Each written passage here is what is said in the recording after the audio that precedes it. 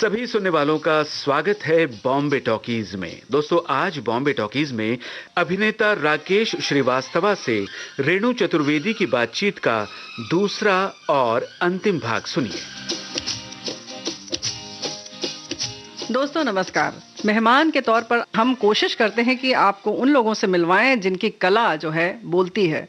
जी हाँ, कला बोलती है और ऐसे आज कलाकार हैं जिन्होंने कला के अलावा यानी कि अपने अभिनय के साथ साथ और भी बहुत सारे काम किए हैं। पहले जब हमने मुलाकात की तब पता चला कि इन्होंने बहुत सारी वर्कशॉप्स भी की हैं और क्या क्या किया है, क्यों ना इन्हीं से जाने। तो स्वागत करते हैं कार्यक्रम में और हमारे मेहमान हैं राकेश श्रीवास्तव जी।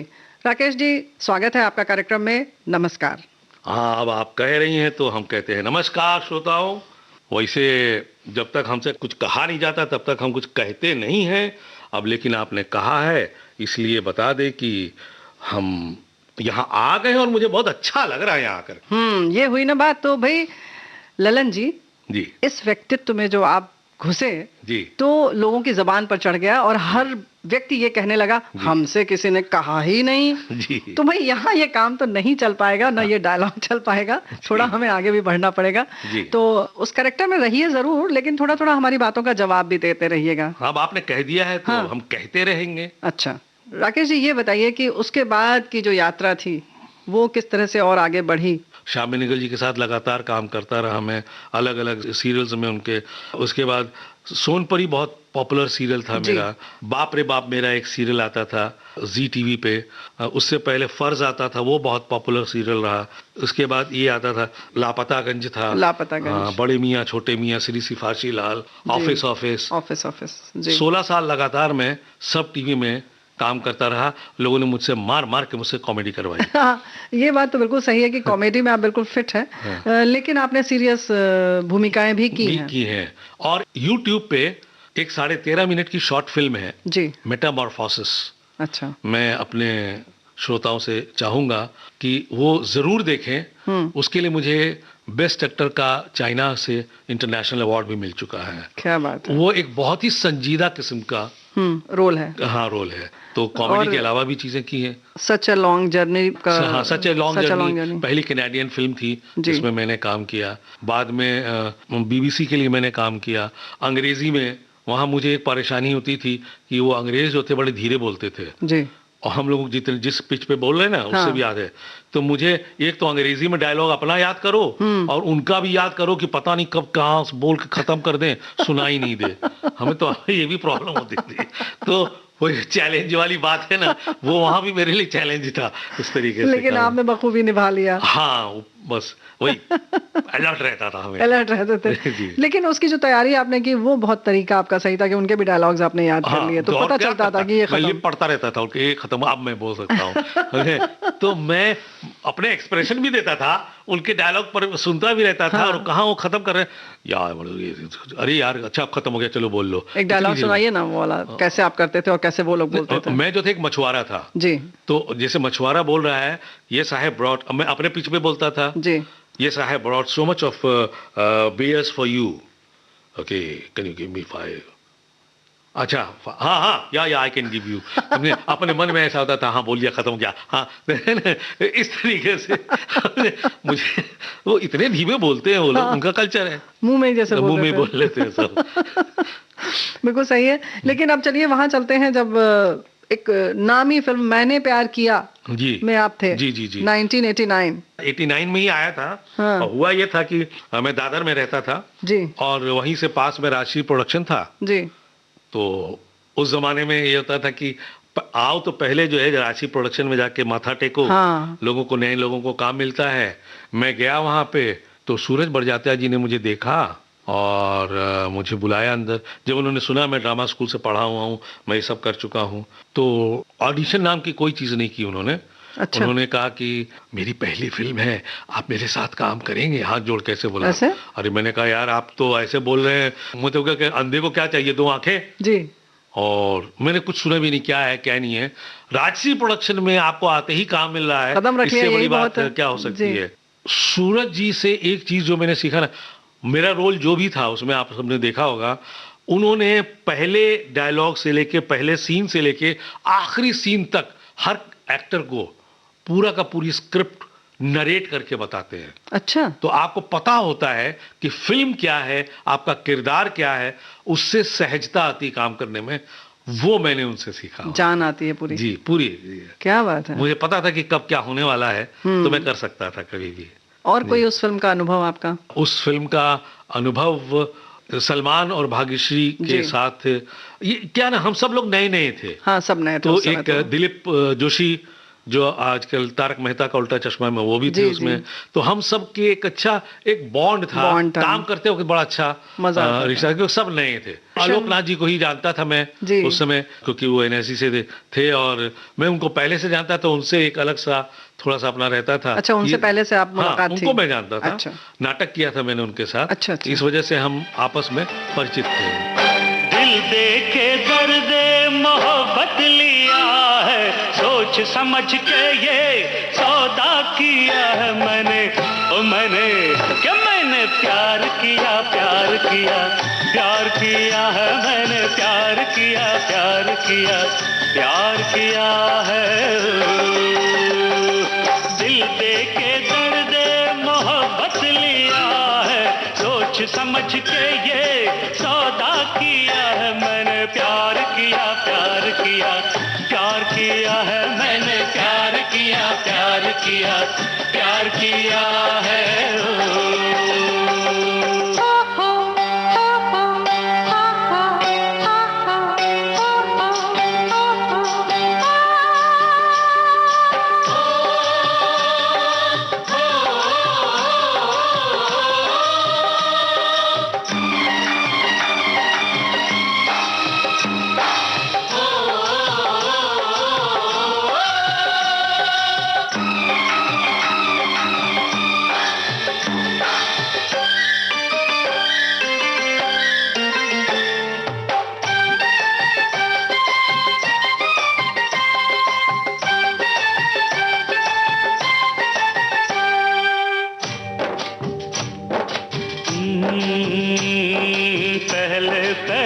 जब उसे मैंने देखा, वो बन गई मेरी किस्मत की रेखा।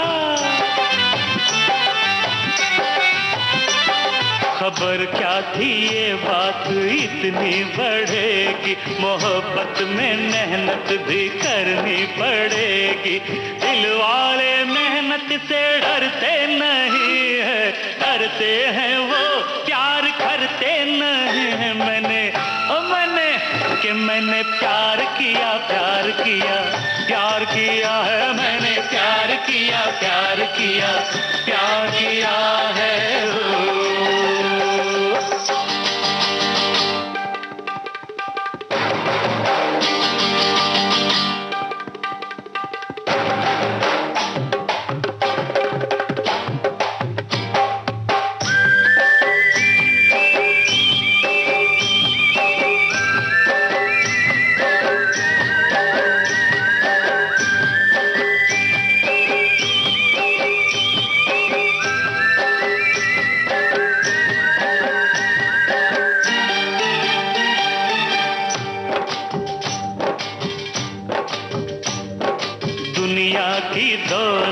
ठुकरा चुका हूँ, जुल्फों की छाँव में आकर रुका हूँ।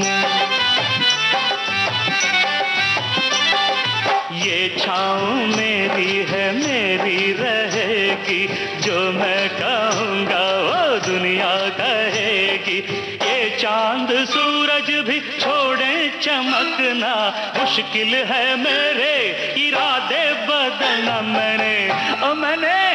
मैंने प्यार किया, प्यार किया, प्यार किया है मैंने, प्यार किया, प्यार किया, प्यार किया है।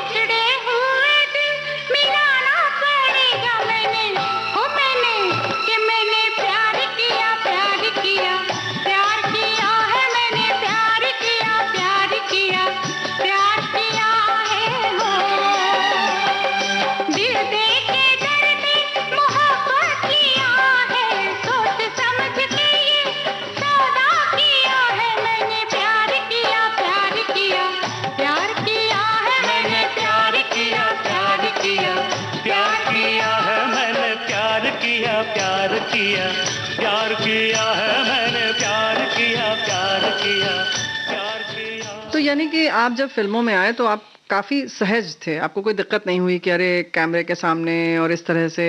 उसकी भी एक छोटी सी घटना बताऊं, हाँ, बड़ी इंटरेस्टिंग है। दूरदर्शन में 4 कैमरे से सेटअप से काम होता है। हाँ, है ना? जी जी। तो लखनऊ दूरदर्शन में जब मैं काम करता था तो पहले हम लोग रिहर्सल कर लेते थे, फिर 4 कैमरा सेटअप से काम होता था।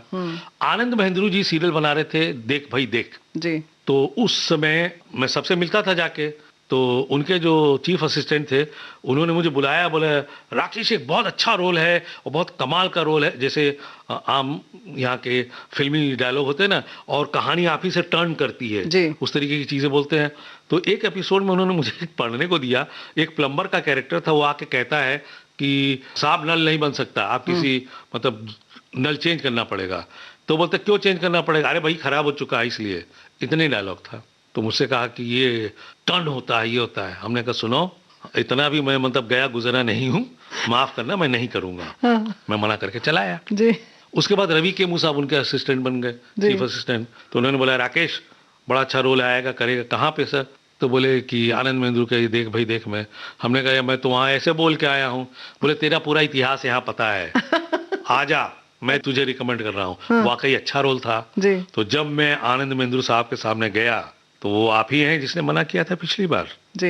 हमने कहा जी हाँ। अच्छा। हमने कहा आप इतना काम करने के बाद आप कुछ तो दीजिए जो मैं करके दिखा सकूं जी। दे रहा हूं मौका। अच्छा। हाँ चलिए करिए। फिर वो मुझे समझाने लगे। 3 कैमरा सेटअप था। देखिए ये 3 कैमरा सेटअप है, जिसकी लाल बत्ती जलती है वो कैमरा ऑन होता है, ये होता है, वो होता है, वो होता है। मैंने दूरदर्शन लखनऊ को याद किया, हाथ जोड़ा। हमने कहा प्रभु आज इज्जत रखना, ये आदमी मेरे राशन पानी लेके चढ़ा हुआ है। हाँ। और हुआ यही कि मेरी वजह से कोई रीटेक नहीं हुआ। तो जब काम खत्म हो गया, एपिसोड खत्म हो गया, बोले देखा मैंने आपको अच्छा रोल दिया था जी। तो मेरे मुंह से क्या निकला मालूम है? एक बार देने से क्या होता है।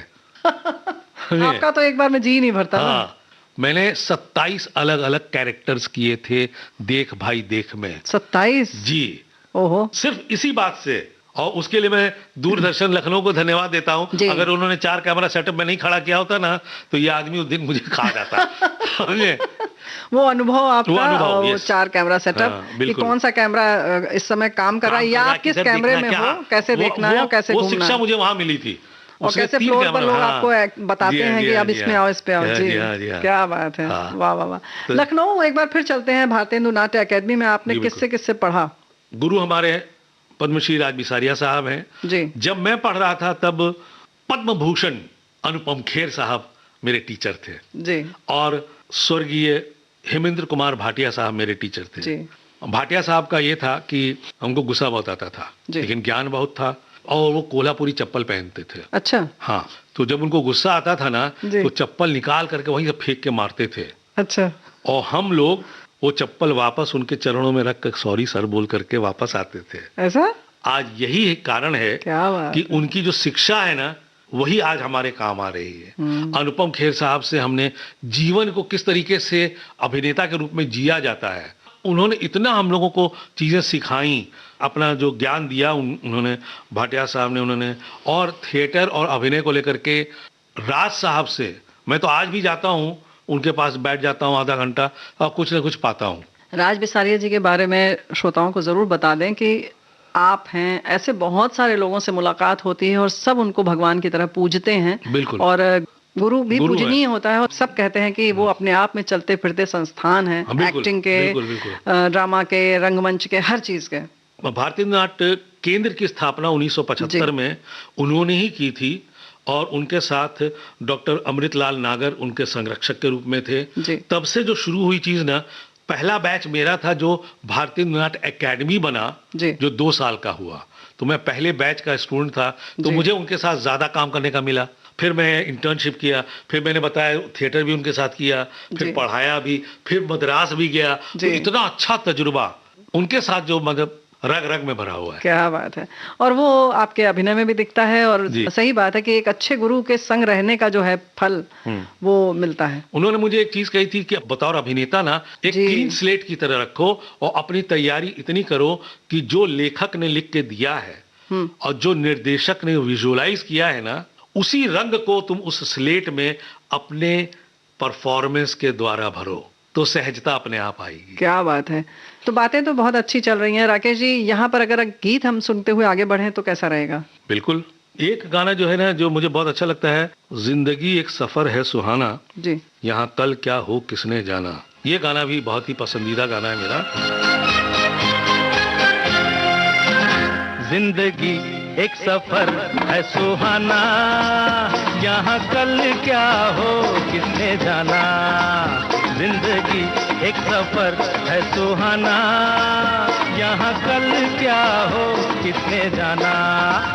जिंदगी एक सफर है सुहाना, यहाँ कल क्या हो किसने जाना। अरे ओडले ओडले ओ, ओडले ओडले ओ, ओडले ओडले ओ, ओडले ओडले ओ, ओडले ओडले ओ, ओडले ओडले ओ, ओडले ओडले ओ, ओडले ओडले ओ।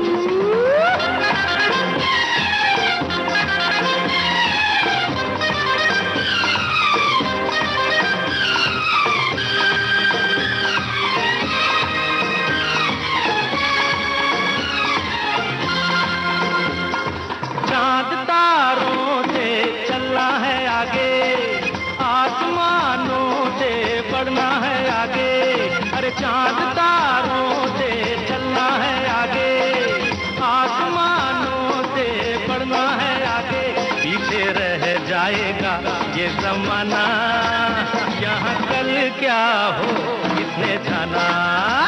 जिंदगी एक सफर है सुहाना, यहाँ कल क्या हो किसने जाना। ओडले ओडले ओ, ओडले ओडले ओ, ओडले ओडले ओ, ओडले ओडले ओ, ओडले ओडले ओ, ओडले ओडले ओ।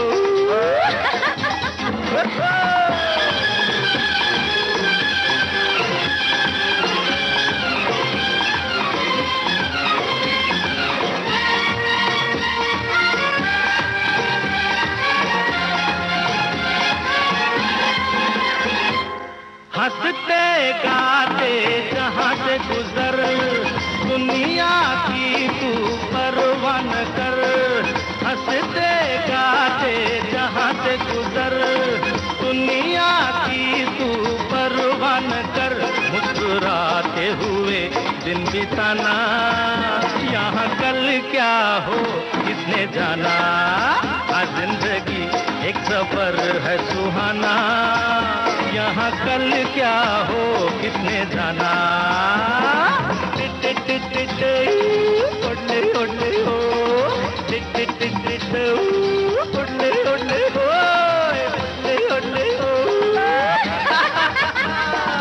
ओडले ओडले हो।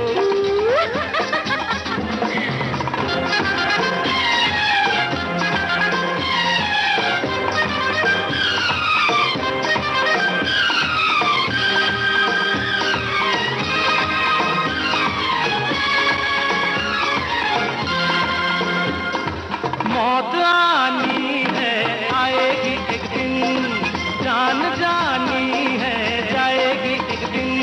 अरे मौत आनी है आएगी एक दिन, जान जानी है जाएगी एक दिन। ऐसी बातों से क्या घबराना, यहाँ कल क्या हो किसने जाना। जिंदगी एक सफर है सुहाना, यहाँ कल क्या हो किसने जाना।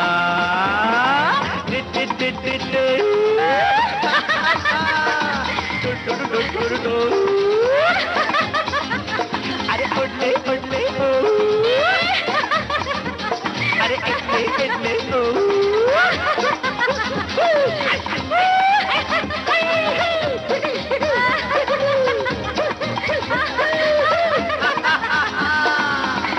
वाकई आपका जो क्या कहना चाहिए, अभिनय तो आप करते ही नहीं हैं, बिल्कुल सहजता ही रहती है और लगता है कि बिल्कुल कॉमन मैन जैसे हैं। और यूं देखा जाए तो कुछ तो किया नहीं, लेकिन वही बहुत जरूरी होता है। जी हाँ, वही वो ये सब उन्हीं लोगों की शिक्षा है ना।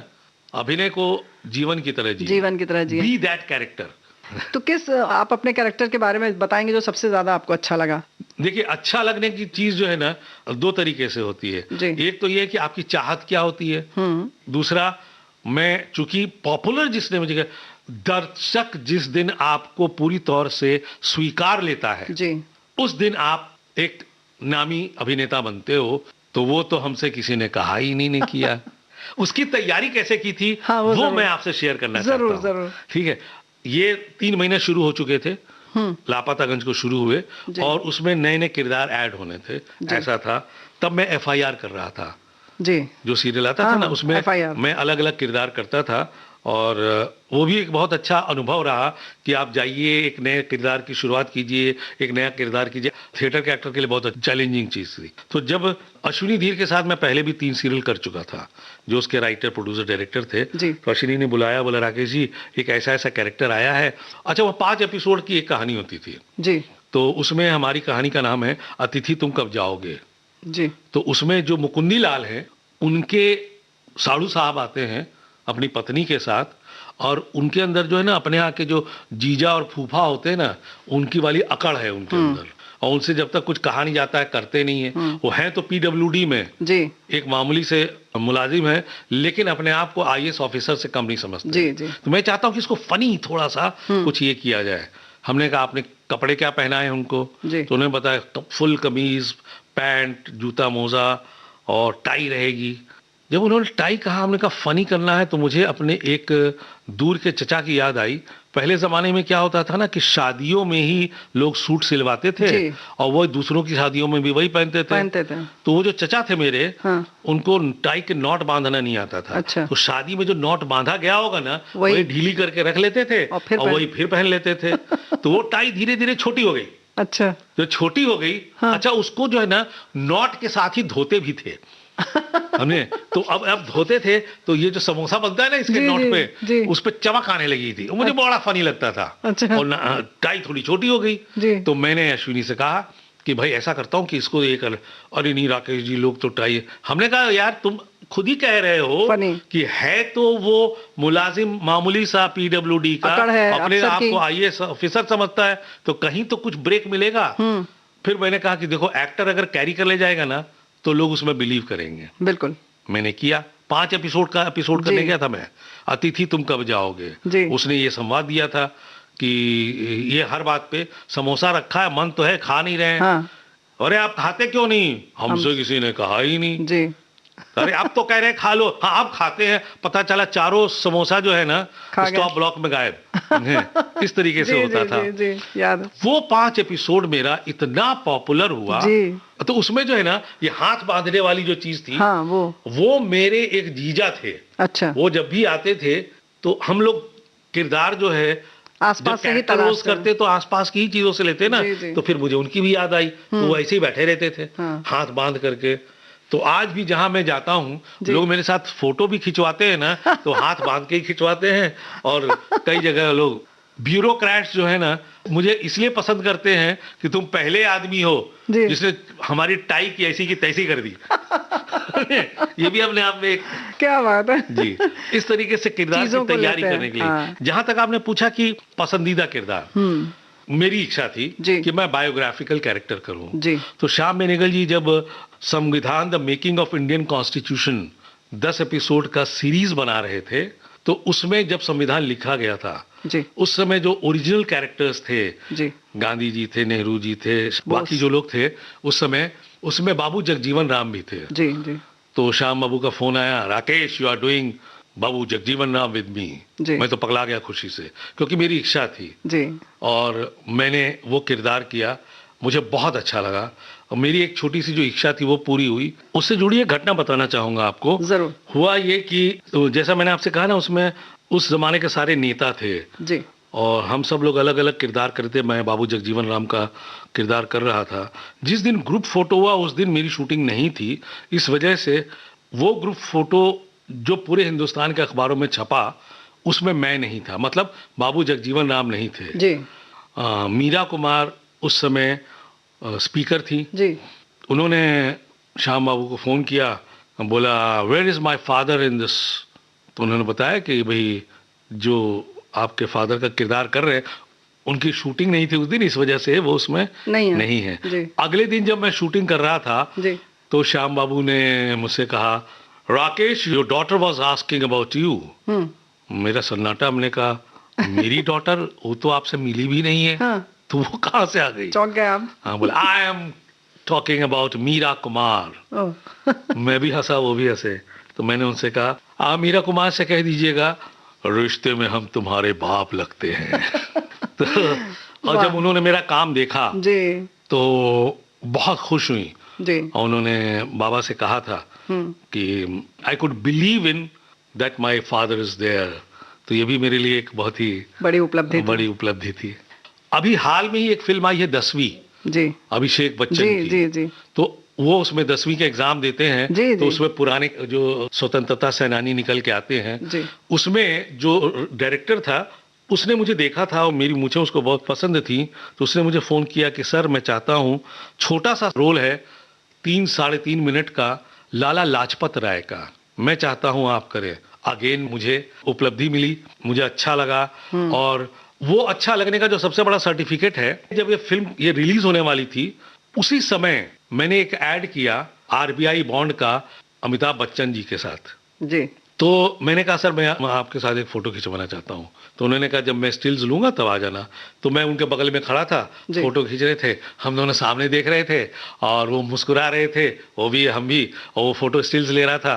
तो मैंने बोला सर आपने 10वीं देखी? बोला हाँ देखी। तो हमने कहा सर वो लाला लाजपत राय का रोल मैंने किया है।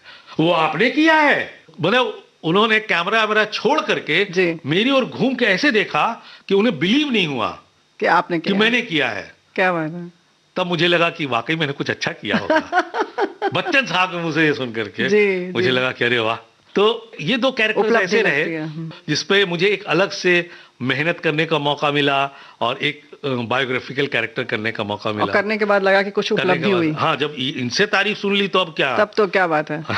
सब कुछ मिल गया, सर्टिफिकेट। हाँ। फिर नेताजी सुभाष चंद्र बोस में वो शाह बेनेगल जी के साथ, उसमें जो 2 सिपा सरदार थे, जब उनको हाउस अरेस्ट किया गया था उनके घर में नेताजी को, तो 2 सिपाही थे जो बाहर दुकान पर बैठे रहते थे, 24 पहरेदारी करते रहते थे चाय की दुकान पर बैठ करके, और उन्हीं के नाक के नीचे से वो भाग गए थे। उसका किरदार हमने किया था। देखी हमने फिल्म, बहुत बड़ी मजेदार थी। लंबी फिल्म है लेकिन बहुत अच्छी फिल्म, बहुत अच्छी फिल्म है वो। आपको पता चलता है कि उनका क्या कंट्रीब्यूशन है, उन्होंने क्या किया। बनाई भी बहुत अच्छी है बेनेगल साहब भाई। जी हाँ। राकेश जी, यहाँ पर अगर गीत हम सुनते हुए आगे बढ़े तो कैसा रहेगा? बिल्कुल। नीले गगन के तले धरती का प्यार पले, नीले गगन के तले धरती का प्यार पले, नीले गगन के तले धरती का प्यार पले, ऐसे ही जग में आती है सुबह, ऐसे ही शाम ढले, नीले गगन के तले धरती का प्यार पले।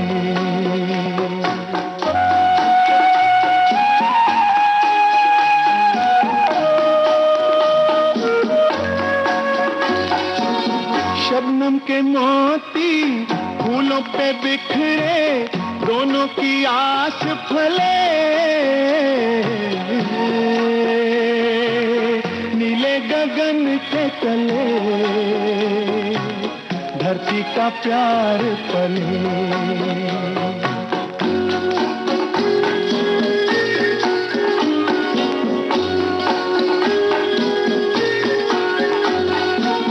बल खाती बेले मस्ती में खेले, पेड़ों से मिल के गले, नीले गगन के तले धरती का प्यार पले।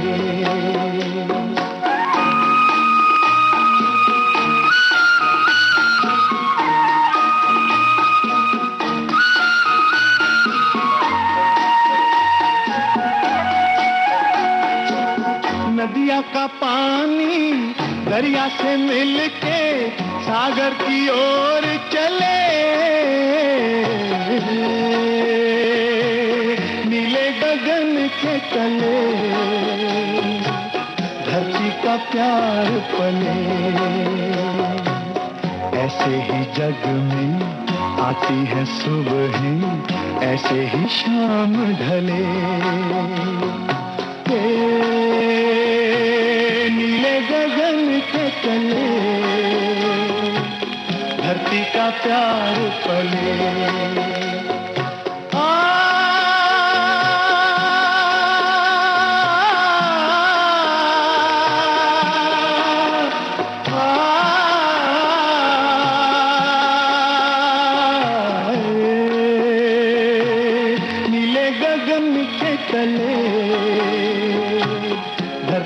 प्यार पले,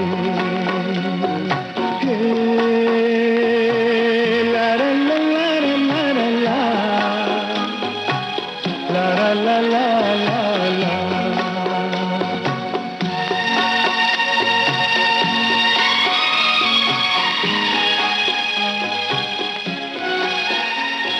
राकेश जी, आपसे बात करते हुए बहुत अच्छा लग रहा है और वाकई हम भी जी रहे हैं इसको। तो और जो काम की बात हमने पहले भी की कि आपने और भी बहुत सारे काम किए हैं, हाँ। तो कुछ कार्यशालाएं की हैं बच्चों की, उसमें कैसे किया और क्या अनुभव रहा आपका? ऐसा था कि जब मैं भारतीय नाट्य अकेडमी से पढ़ के निकला था जी, तो उस समय वहां पे कुछ खास प्रोफेशनल थिएटर होता नहीं था जी। तो स्वर्गीय हेमेंद्र कुमार भाटिया साहब एक दो बड़े बड़े कॉलेजेस में जाकर के प्लेस करते थे जी। तो उन्होंने कहा कि तुम एक काम करो, मैं तुम्हें 2-3 स्कूल्स कॉलेजेस देता हूँ, वहां जाकर के उनके बच्चों के साथ वर्कशॉप्स वगैरह करो जी। और जैसे ला मार्टिनियर गर्ल्स कॉलेज था, वहाँ पे ये था, आईटी कॉलेज था, और वहाँ पे बाल विद्या शिशु मंदिर करके है, वहाँ था।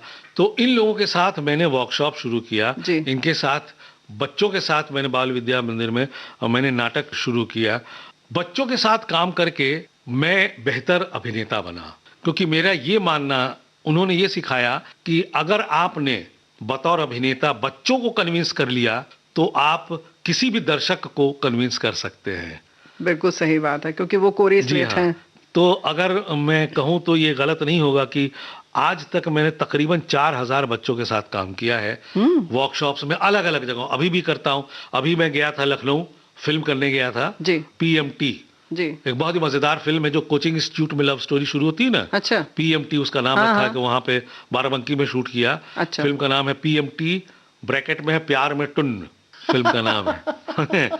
उस तरीके से मजाकिया फिल्म है, बहुत अच्छी जी। तो मैं वहां रुका था, तो मैं 5 दिन भारतीय नाट्य अकेडमी में वर्कशॉप भी करके आया। जब भी जाता हूं तो मैं वर्कशॉप्स करता रहता हूं। आज यहाँ पर भी जितने BMM वगैरह के जो इंस्टीट्यूशंस, माने जो फैकल्टीज हैं, वहां भी मुझे as a celebrity guest workshops के लिए बुलाया जाता है।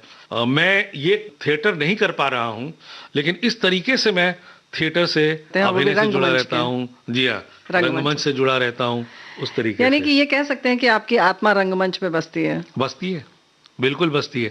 क्या करूं, जब से डेली सोप शुरू हुआ ना, हाँ। तब से मैं नाटक नहीं कर पा रहा था। जी, बात तो सही। वो इसलिए नहीं कर पा रहा था कि वहां पे मुझे महीने में 22 से 25 दिन देने पड़ते थे। 9 to 9 का शिफ्ट होता था और कभी भी स्क्रिप्ट आती थी, कभी भी करो। तो मैंने दूसरा उपाय ये सोचा कि चलो जो पाया है वो वर्कशॉप्स में जाके अलग अलग थिएटर ग्रुप्स में और जितनी भी संस्थाएं हैं, जो भी, मैं सूरत जाता हूँ। मैंने ऑनलाइन किया, जब ये लॉकडाउन था जी, मैंने हजारीबाग से ऑनलाइन किया। अच्छा। तो सूरत से ऑनलाइन किया। इस तरीके से ऑनलाइन भी सेशंस करता हूँ। आज भी लोग मेरे पास भेजते हैं, हिंदी के स्पीच डिक्शंस फोनेटिक्स के लिए लोग भेजते हैं। जब मेरे पास समय होता है तो मैं जुड़ता हूँ और करता हूँ। कोई डायलॉग सुनाना चाहेंगे आप? वैसे तो हमसे किसी ने कहा नहीं कहने को, लेकिन रेणु जी ने कहा था, इसलिए हम आकाशवाणी में आप लोगों से बात करने के लिए आ गए हैं। और हम ये बता दें कि हमें यहाँ आके बहुत अच्छा लगा, बहुत अच्छी अच्छी बातें हुई, बचपन याद आ गया हमें। और ये बात कोनो ऐसा वैसा आदमी नहीं कह रहा है, हम कह रहे हैं। हम कौन? लल्लन जी। कहाँ काम करते हैं? PWD में, बता दे रहे। हाँ नहीं तो। वाह, मजा आ गया। जैसे आप बता रहे हैं कि परिवार की बात करते हैं, तो परिवार में जाहिर है कि आप हर मौके पर जाते भी होंगे, शादी विवाह में भी शामिल होते हैं, डांस वांस भी करते हैं? हम करते नहीं, हम करवाए जाते हैं। अच्छा, करवाए जाते हैं, मतलब बाकी लोग जबरदस्ती करवा लेते हैं। हाँ, करवा लेते हैं। तो फिर तो कोई गाना भी रहता होगा। वहाँ पर भी मैं यही कहता हूँ, हमसे किसी ने कहा ही नहीं। अच्छा, जब लोग कहते हैं तो हम कर देते हैं। तो जब कहते हैं और आप कर देते हैं तो गीत कौन सा बजता है? जैसे कि अभी हाल में ही शादी में हमने ये पीके का जो गाना है ना, बिन कुछ कहे बिन कुछ सुने, 4 कदम बस 4 कदम, ये गाना जो है उस पर हमने अपनी पत्नी को साथ में लेकर के गाना डांस किया था। उन्होंने आपको नचा दिया? वैसे ही नचाती नहीं, मुझे ही उनको नचाना पड़ा, बड़ी मुश्किल से, बड़े लजाते सकुचाते 4 कदम चल ही ली हूँ हमारे साथ। एक समय के बाद ऐसा होता है कि दोनों की जो पसंद मिलने लगती है, या यूं कहें कि मानना पड़ता है कि पत्नी की पसंद को अपनी पसंद मान लिया जाए, ऐसा? जी नहीं, ये बात सही है, क्योंकि वैवाहिक जीवन के बारे में मैं कभी कभी कुछ क्षणिकाएं लिखता हूँ। जरूर, स्वागत। तो कुछ तुम चलो, कुछ हम चलें जी, कुछ मिलकर हमदम चलें। क्या बात है। तो अब इस पर ये वाला गीत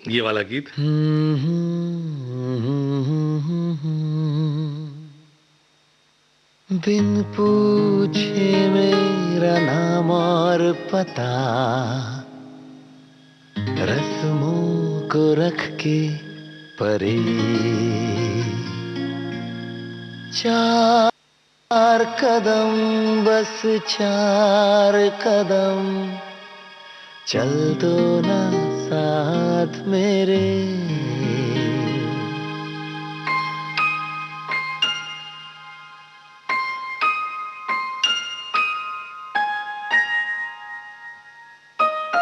बिन पूछे मेरा नाम और पता, रस्मों को रख के परे, 4 कदम बस 4 कदम, चल दो ना साथ मेरे। बिन कुछ कहे बिन कुछ सुने, हाथों में हाथ लिए, 4 कदम बस 4 कदम, चल दो ना साथ मेरे। बिन कुछ कहे बिन कुछ सुने, हाथों में हाथ लिए, 4 कदम बस 4 कदम, चल दो ना साथ मेरे।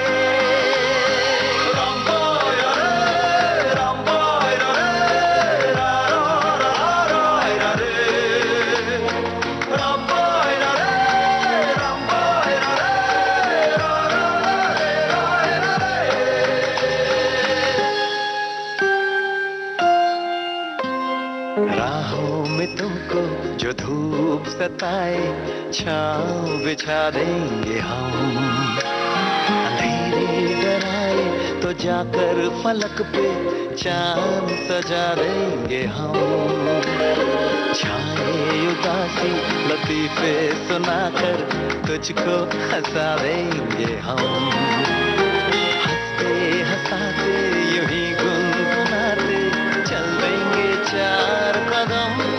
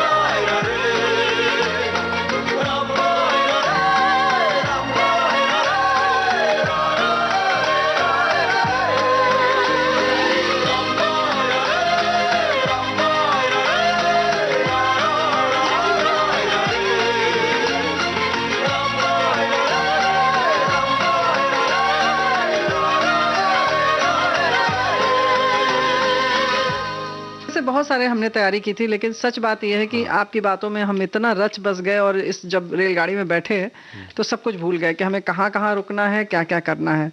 अभी भी जी क्या कहना चाहिए, फाइनल टर्मिनल नहीं आया है जी, क्योंकि ये गाड़ी तो चलती रहेगी। तो आप ही बताइए कि अब क्या बताया जाए। मैं लोगों से शेयर करना चाहता हूँ जी, बच्चों के साथ काम कर करके, और ये जो इंस्टीट्यूशंस में जाता हूँ जी, उन लोगों ने मुझे एक और शब्द दे दिया है कि आप एक मोटिवेशनल स्पीकर भी हो गए हैं। अच्छा। क्योंकि मैं पॉजिटिव बात करता हूँ जी बिल्कुल, और पॉजिटिव सोचता हूँ, तो लोग अक्सर ये सवाल करते हैं कि भाई आप इन बच्चों से कुछ अपनी चीज, अपनी बात शेयर करें। तो मैं ये कहना चाहता हूं कि आप जिस फील्ड में भी काम करना चाहते हैं जी, जरूर जाएं, जरूर करें, लेकिन कुछ चीजों को दिमाग में रख के करें। जैसे मेरे पापा ने कहा था कि लोहे का काम करना है या चमड़े का काम करना है तो स्टैंडर्ड का करो। मैं ये कहता हूं कि जब आप 8th 9th स्टैंडर्ड में रहें तभी से अपने आप को तलाशना शुरू करें कि आप जीवन में किस ओर आपका रुझान है और क्या करना चाहते हैं। तो पहला शब्द मैंने उनको दिया, पहले खुद को तलाशो, और 12th तक करते करते आप इस चीज को तलाश लो, फिर जिस भी फील्ड में काम करना चाहते हो उस फील्ड में अपने आप को तराशो। तलाश फिर तराश, तलाशो फिर तराशो, क्या बात। और जब आपकी तैयारी पूरी हो जाए, आपको लगे जैसे कि मैंने कहा, पापा ने कहा था कि भाई तैयारी हो गई, हाँ, तो पहले तलाशो फिर तराशो, और जब तैयारी पूरी हो जाए तब अपने आप को उस विधा में परोसो। क्या बात है। तो ये 3 शब्द मैं अपने आने वाले मित्रों से कहता हूं, पहले तलाशो फिर तराशो फिर परोसो। परोस दो। और एक चीज, एक समय तक, मैं अपने ही पेरेंट्स के उससे एग्जांपल लेता हूं, एक समय तक माता पिता आपके लिए करते हैं जी जीवन में, लेकिन जब भी तलाशो तराशो तो एक चीज का दिमाग में रखना कि जो भी विधा में तुम जाने वाले हो अपने जीवन के आखिरी सांस तक उस विधा को फॉलो करने वाले हो, उसी से कमाने वाले हो, उसी से परिवार पालने वाले हो, सब कुछ करने वाले हो, अपनी सारी जिम्मेदारियों को लेकर जीने वाले हो। क्या तुम उसके लायक हो, ये तलाशना बहुत जरूरी है। तो एक समय तक माता पिता की जिम्मेदारी होती है आपके लिए कि वो आपके लिए करें। एक समय के बाद आपकी जिम्मेदारी है कि आप अपने माता पिता को अपने संग लेके चलो, अपने परिवार को संग लेके चलो, और जीवन को उस तरीके से आगे बढ़ाओ कि आपकी वजह से उनको कहीं कोई परेशानी ना हो। जो माँ बाप को साथ लेके चलेगा ना, मुझे लगता है वही जीवन में आगे बढ़ सकता है। बिल्कुल सही, एक मुकाम तो जरूर हासिल करेगा। सही बात है, बिल्कुल सही बात कह रहे हैं आप। इस समय आप परिवार की बात कर रहे हैं तो कोई गीत सुनना चाहेंगे? हाँ बिल्कुल सुनना चाहेंगे। मैं श्रोता हूँ, मैं गा तो नहीं सकता, लेकिन हाँ। कौन सा गीत सुनेंगे, फरमाइश करेंगे आप? हाँ, अब जैसा कि आपने कह दिया था कि मेरी पत्नी भी बैठी है जी।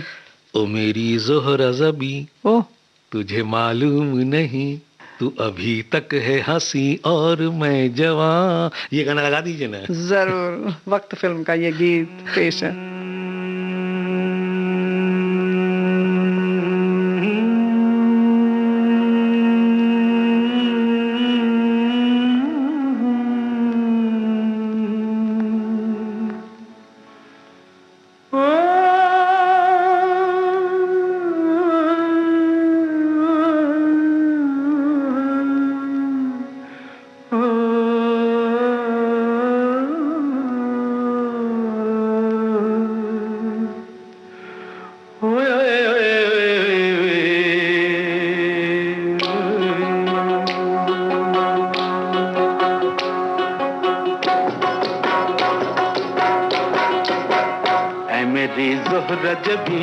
तुझे मालूम नहीं, तू अभी तक है हंसी और मैं जवान, तुझ पे कुर्बान मेरी जान मेरी जान। ऐ मेरी ज़ोहरा ज़बी, तुझे मालूम नहीं, तू अभी तक है हंसी और मैं जवान, तुझ पे कुर्बान मेरी जान मेरी जान।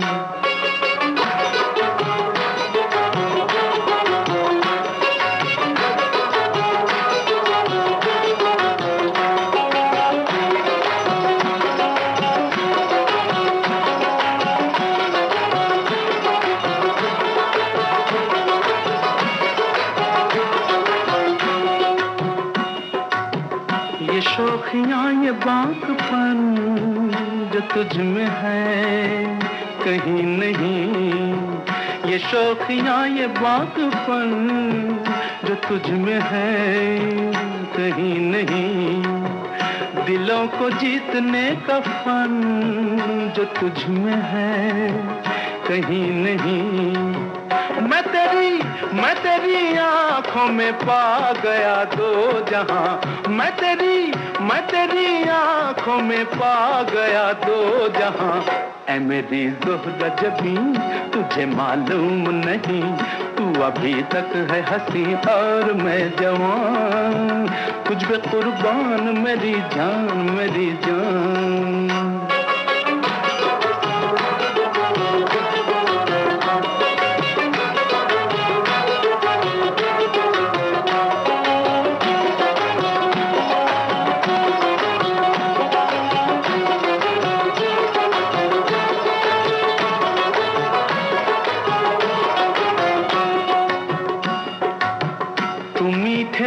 जाने मन जो मुस्कुरा के बोल दे, तू मीठे बोल जाने मन जो मुस्कुरा के बोल दे, तो धड़कनों में आज भी शराबी रंग घोल दे। ओ सनम मैं तेरा आशिक़े जाविदां, ओ सनम मैं तेरा आशिक़े जाविदां। ऐ मेरी ज़ोहरा जबी तुझे मालूम नहीं, तू अभी तक है हंसी और मैं जवान, तुझ पे कुर्बान मेरी जान मेरी जान। ऐ मेरी ज़ोहरा जबी तुझे मालूम नहीं, तू अभी तक है हंसी और मैं जवान, तुझ पे कुर्बान मेरी जान मेरी जान। राकेश जी, हम उपलब्धियों की बात कर रहे हैं, बहुत सारी काम आपने किए बच्चों से लेकर, जैसे आपने कहा कि बायोग्राफिकल जो है उसमें भी आपको अच्छा लगता है, और कुछ इससे अलावा भी आप, वैसे तो लगता है कि जब आप जो भी वर्कशॉप करता है, ड्रामा सिखाता है, तो वो समाज से जुड़ा हुआ है, कुछ समाज सेवा की उसके मन में इच्छा है। ऐसा कुछ और भी आपने किया या कर रहे हैं? जी, एक उपलब्धि जो मैं आपसे शेयर करना चाहूँगा जी। कई बार आप कुछ करते हैं लेकिन कुछ सोच के नहीं करते हैं, लेकिन बाद में आपको लगता है अरे वाह, ये तो मैंने कुछ अच्छा काम कर दिया, बड़ा काम हो गया। हाँ, बड़ा काम हो गया। और अपने आप, अगर जैसे आपने समाज सेवा की बात कही, वो बात हो गई। जैसा कि मैंने आपसे कहा था कि जब मैं केंद्रीय विद्यालय में पढ़ता था तो अलग अलग जगहों पे ट्रांसफ़र होता था, तो हिंदी की जो टीचर थी, कविता पढ़ने के लिए मुझे खड़ा किया जाता था, और वहाँ भी मेरी कविता पढ़ने की तरीके की तारीफ होती थी।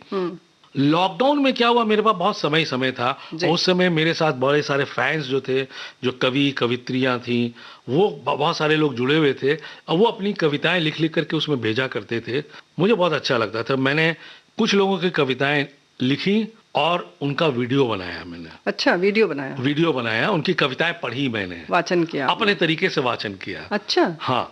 तो उसमें से कुछ जो हैं, मैं नाम नहीं लेना चाहूँगा उनका, लेकिन कुछ ऐसी थी जिनका मेरे पास मैसेंजर में मैसेज आया कि सर आप अपना नंबर दीजिए, मुझे आपसे अर्जेंट कुछ बात करनी है, और बड़ा इमोशनल सा मैसेज होता था। अच्छा, महिलाओं का जी।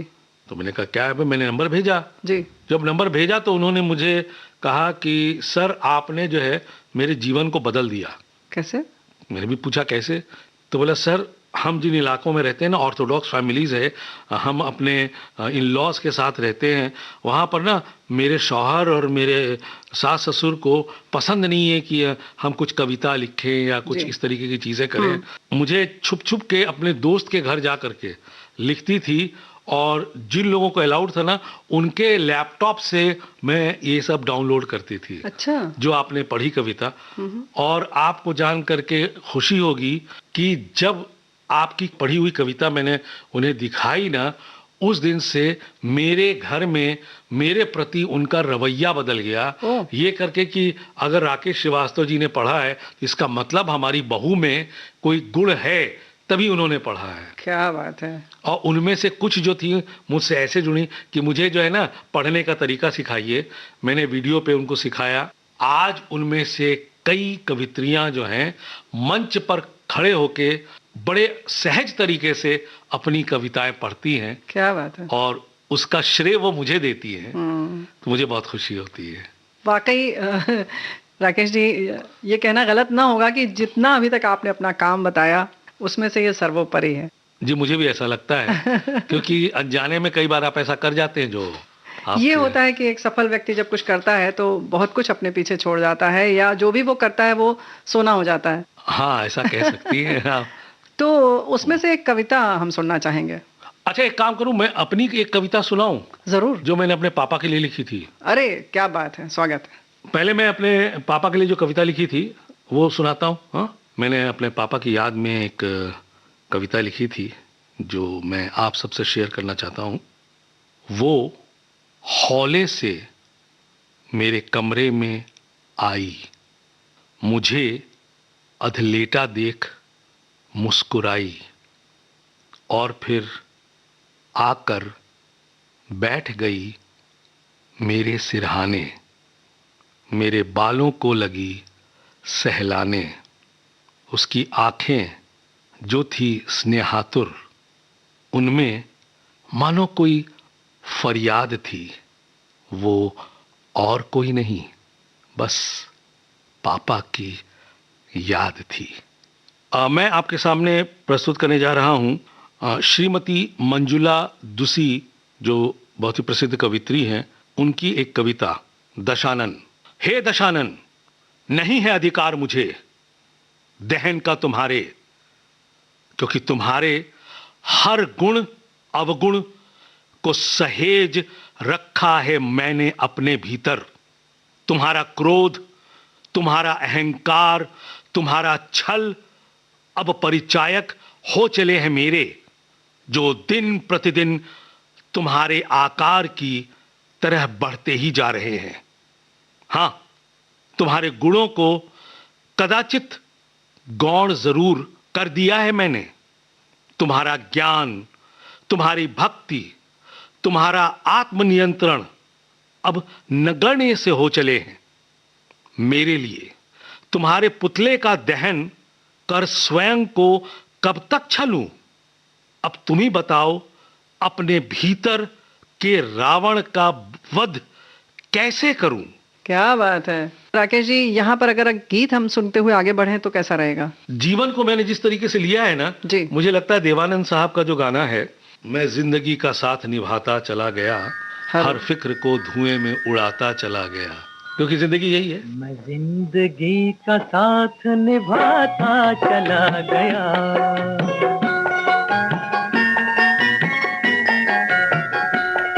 हर फिक्र को धुएं में उड़ाता चला गया, हर फिक्र को धुएं में उड़ा।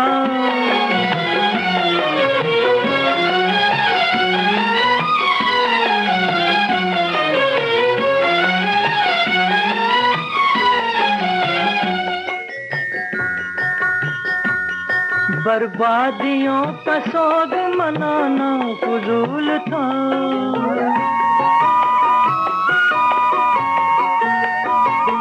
बर्बादियों का सोग मनाना फजूल था, मनाना फजूल था, मनाना फजूल था।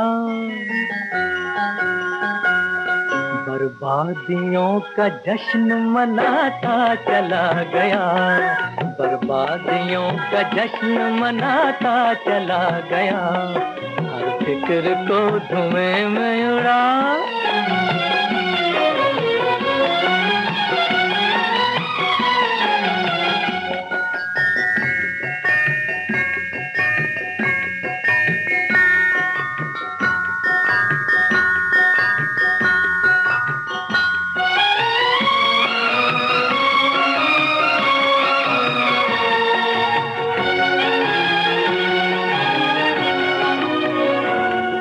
जो मिल गया उसी को मुकद्दर समझ लिया,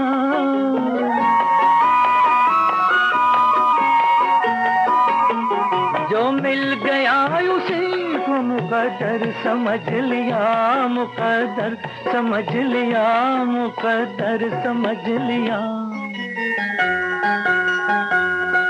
जो खो गया मैं उसको भुलाता चला गया, जो खो गया मैं उसको भुलाता चला गया, हर फिक्र को धुएं में उड़ा।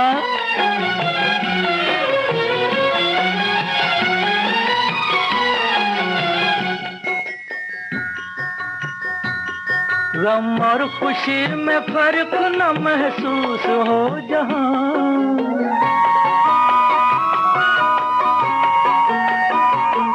गम और खुशी में फर्क न महसूस हो जहां, न महसूस हो जहां, न महसूस हो जहां। मैं दिल को उस मकाम पे लाता चला गया, मैं दिल को उस मकाम पे लाता चला गया, मैं जिंदगी का साथ निभाता चला गया, हर फिक्र को धुएं में उड़ाता चला गया। तो दोस्तों हमें लगता है कि बातें तो वाकई बहुत मज़ेदार हैं, लेकिन फिर भी अब समय की कुछ सीमाएं हैं, अपनी बाधाएं हैं कह सकते हैं, लेकिन अच्छी बात है कि ये ना हो तो हम बात ही ना ख़त्म करें जी। तो हमें घड़ी इशारा कर रही है। तो राकेश जी फिर मौका मिलेगा ढेर सारी और उपलब्धियों के साथ, एक बार हम फिर जुड़ेंगे श्रोताओं के साथ। यहाँ पे चलते चलते ये बात कहना चाहता हूँ, मेरी एक फिल्म आने वाली है चीयर्स जी, एंडीमॉल की फिल्म है, बड़ा अच्छा किरदार है मेरा, जब भी रिलीज हो लोग देखें। और अभी मैं जो वेब सीरीज करने जा रहा हूँ, पीएमटी जो फिल्म बताई वो भी देखें, और अभी एक वेब सीरीज है स्टाफ रूम, वो भी हास्य व्यंग है, वो जरूर देखें। अभी आपने वो 3 दिन भी किया, वो 3 दिन मेरे ख्याल से दिसंबर एंड या जनवरी में अमेज़न पर आने वाला है, उनको बहुत पसंद आई है फिल्म, और उसका सीक्वल बनने जा रहा है, वो 3.5 दिन अच्छा लंदन में शूट होगा वो। क्या बात है। जी जी। तो फिर आप कोई कहे चाहे नहीं कहे आप चले ही जाएंगे। नहीं, हाँ, मतलब अगर मेरा डायरेक्टर नहीं ले जाएगा तो भी लटक जाऊंगा मैं। उसके लंदन की बात है। तो चलिए, हमसे किसी ने कहा ही नहीं और बिना कहे भी जाने वाले राकेश श्रीवास्तव जी, अगर लंदन की बात आती है तो चले जाते हैं, लेकिन हमें जब घड़ी कहती है तो हमें भी यहाँ से निकलना पड़ता है। तो दोस्तों इसी के साथ एक मज़ेदार बातचीत जो आज हमने राकेश श्रीवास्तव जी के साथ की। राकेश जी बहुत बहुत बहुत बहुत धन्यवाद। मैं आपका और आकाशवाणी का आभार प्रकट करना चाहता हूँ, क्योंकि आप हमें वापस मेरे बचपन में ले गए। बहुत बहुत धन्यवाद आपका। धन्यवाद। ये था अभिनेता राकेश श्रीवास्तवा से रेणु चतुर्वेदी की बातचीत का दूसरा और अंतिम भाग। तकनीकी सहायक गणेश शिंदे, प्रस्तुतकर्ता जुबैर खान। इसी के साथ बॉम्बे टॉकीज कार्यक्रम समाप्त होता है। डिजिटल अपना बॉम्बे टॉकीज।